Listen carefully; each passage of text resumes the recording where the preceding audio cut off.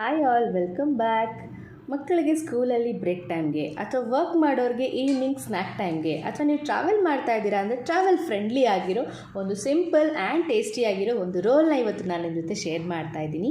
ನಾನಿಲ್ಲಿ ಸಿಂಪಲ್ಲಾಗಿ ಚಪಾತಿನ ಮಾಡ್ಕೊಂಡಿದ್ದೀನಿ. ಸ್ಟಫಿಂಗಿಗೆ ಅಂತ ಹೇಳಿ ನಾನು ಎಗ್ ಬುರ್ಜಿನ ಮಾಡ್ಕೊಂಡಿದ್ದೀನಿ. ಇಫ್ ನೀವು ವೆಜಿಟೇರಿಯನ್ಸ್ ಆದರೆ ನೀವಿಲ್ಲಿ ಪನ್ನೀರ್ ಬುರ್ಜಿ ಮಾಡ್ಕೋಬೋದು ಅಥವಾ ಮಿಕ್ಸ್ಡ್ ವೆಜಿಟೇಬಲ್ದು ಸ್ಟಫಿಂಗ್ ಕೂಡ ಮಾಡ್ಕೋಬೋದು. ನಾನಿವತ್ತು ಆಡಿ ಅವ್ರದ್ದು ಯೂನಿರಾಪ್ನ ಯೂಸ್ ಮಾಡ್ತಾ ಇದ್ದೀನಿ.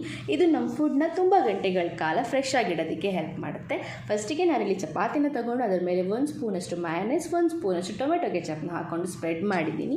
ನಂತರ ಬುರ್ಜಿನ ಹಾಕ್ಕೊಂಡು ಟೈಟಾಗಿ ರೋಲ್ ಮಾಡಿ ನಂತರ ರ್ಯಾಪ್ ಜೊತೆಗೆ ಟೈಟಾಗಿ ರೋಲ್ ಮಾಡ್ಕೊತಾ ಇದ್ದೀನಿ. ಇದು ತುಂಬಾ ಬೇಗ ಆಗುತ್ತೆ ಆ್ಯಂಡ್ ಅಷ್ಟೇ ಟೇಸ್ಟಿ ಕೂಡ ಆಗಿರುತ್ತೆ. ನೀವು ಇದನ್ನು ಮನೇಲಿ ಟ್ರೈ ಮಾಡಿ, ತುಂಬಾ ಚೆನ್ನಾಗಿರುತ್ತೆ. ಮಕ್ಕಳಿಗಂತೂ ತುಂಬಾ ಇಷ್ಟ ಆಗುತ್ತೆ.